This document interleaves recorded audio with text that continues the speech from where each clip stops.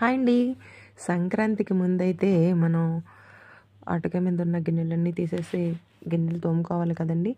మేమైతే ఇత్తడి గిన్నెలను అయితే ఇలా పండు ఇటుక అండ్ చింతపండు వేసి తోముతాం. అది ఎలా తోమాలో చూపిస్తానండి. ఇటుక అయితే ఇట్లా బాగా పిండి పిండిగా చేయాలి. పండు ఇటుకని దాంట్లో కొద్దిగా వాటర్ వేసి, ఇవి చూస్తారా ఎంత నల్లగా ఉన్నాయో, అది వేసి తోమిన తర్వాత ఎలా వచ్చిందో చూపిస్తా చూడండి. ఈ విధంగా పండుగ దంచేసి పెట్టి అండ్ దాంట్లో చింతపండు వేసి ఇలా అయితే తోమాలండి. బాగా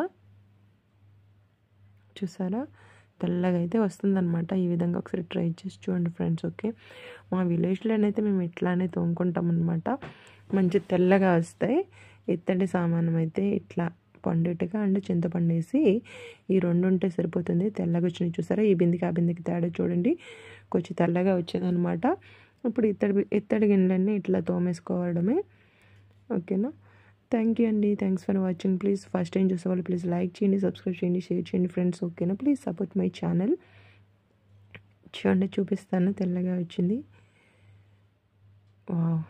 పర్వాలేదు. తోమక ముందు ఒక కలర్లో ఉంది, తోమిన తర్వాత కొంచెం పర్వాలేదు, బాగుందనమాట.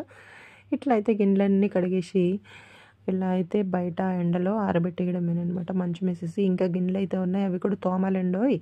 ఇంకా చాలా పని ఉంది. బాయ్ బాయ్ అండి. Thank you so much. Thanks for watching. Bye.